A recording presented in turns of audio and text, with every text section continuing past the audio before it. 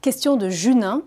Que faut-il absolument changer dans son alimentation dès que l'on sait que l'on est enceinte? Alors, vous avez parlé alcool tout à l'heure, enfin, champagne tout à l'heure. Alors, dès qu'on sait qu'on est enceinte, on arrête l'alcool. Alors, vous allez avoir la question, on dit qu'il va être habituel, c'est « ouais, je ne savais pas que j'étais enceinte, je me suis mis minable, j'ai picolé comme un trou et je suis enceinte ». Alors, quand elle me dit ça, je dis « mais c'est dans une soirée, au moins vous savez avec lequel vous l'avez fait ». Donc, avec la question habituelle, pourvu qu'il ne la boit pas, mais ça c'est encore une histoire compliquée. Donc, dès qu'on sait qu'on est enceinte, on arrête la picole.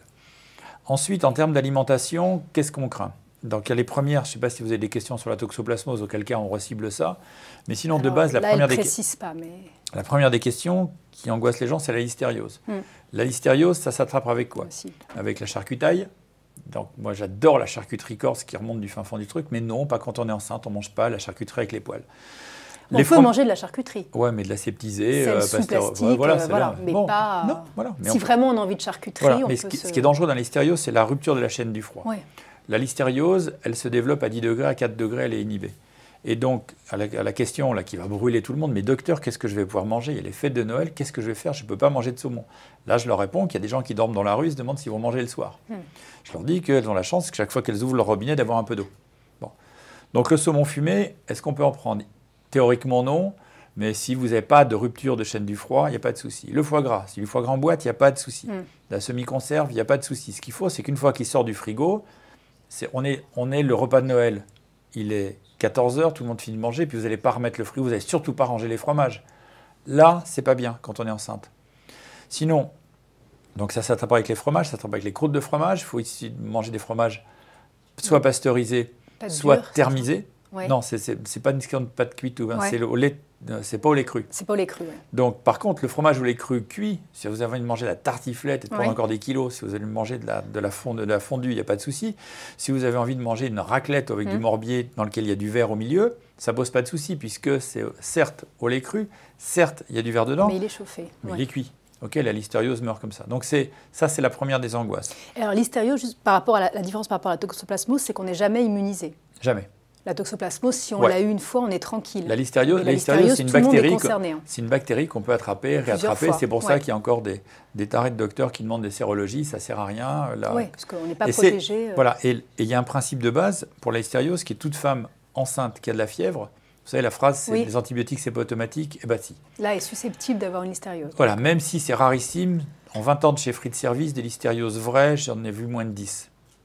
Mais à chaque fois avec une histoire identique, c'est les rillettes qu'on se fait rapporter de loin. La dernière, c'est une nana qui s'est fait rapporter du fromage frais blanc du Liban. C'est génial, je suis content que sa mère lui ait rapporté un truc, sauf qu'il a fait Beyrouth, l'avion soute moins 50, sauf qu'après il a fait Orly, etc.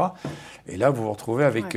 ça a bien pullulé. Et les conséquences sont dramatiques. On a ramené tout le monde au port, mais on a eu du pot. Énormément de peau sur ce coup-là. Parce que ça peut être dramatique, oui. Ça peut. La listériose, c'est une vacherie. Pourquoi? Parce que la listériose, ça commence par une mini-grippe. D'ailleurs, je rappelle que les femmes enceintes, ça sera vaccine contre la grippe, je le répète. Donc, vous commencez par un petit épisode de fièvre, puis après, il y a un calme plat. Et là, vous avez la listériose qui va aller se poser sur le placenta. Et ça va faire plein d'abcès qui, à un moment, vont se vider chez le petit. Donc, la listériose, on fait gaffe, c'est simple. L'autre précaution alimentaire, c'est pour la toxoplasmose. Alors la toxoplasmose, c'est un germe qui est facile, il se trouve dans la terre. Donc à la question, est-ce que je peux attraper la toxoplasmose avec les poissons? Soit le poisson a été ramassé par terre et c'est vraiment pas de peau, soit c'est non. Donc on peut manger du poisson, voilà. Ok, ça pose pas de souci. Ça s'attrape, ça se trouve dans les muscles, surtout des ovins et des bovins. D'accord? Donc le mouton et le bœuf. Ça se trouve dans les selles des chats. Et ça se trouve dans tout ce qui est contaminé par la terre ou les selles des chats. Donc, dans l'ordre, tout ce qui pousse sur du sol, ça se lave. Les salades, les fraises, etc. Ensuite, la viande. La viande, soit ça se cuit beaucoup, soit il y a quelque chose qui est génial qui s'appelle la surgélation, pas la congélation. La surgélation, c'est moins 41 semaines et il faut que ça soit de l'industriel. Si vous achetez votre super viande, c'est votre super boucher. Vous allez la congeler vous-même, ce n'est pas suffisant. Donc, vous allez chez Picard, désolé, j'ai fait de la pub, mais je ne connais personne d'autre. Donc, et là, toute la viande est sécurisée. Et vous mangez à la cuisson de votre choix. C'est important, pourquoi? Parce que quand vous êtes toxo-négatif, très souvent, vous allez manger de la viande trop cuite, voire pas assez de viande, et plus vous allez cuire la viande, moins le fer va être absorbé. Donc, pour la toxo, les chats, ce n'est pas dangereux. Ce qui est dangereux sont les selles des chats. Il y a des gens qui vous posent la question régulièrement en disant « je suis invité chez des amis, ils ont un chat ».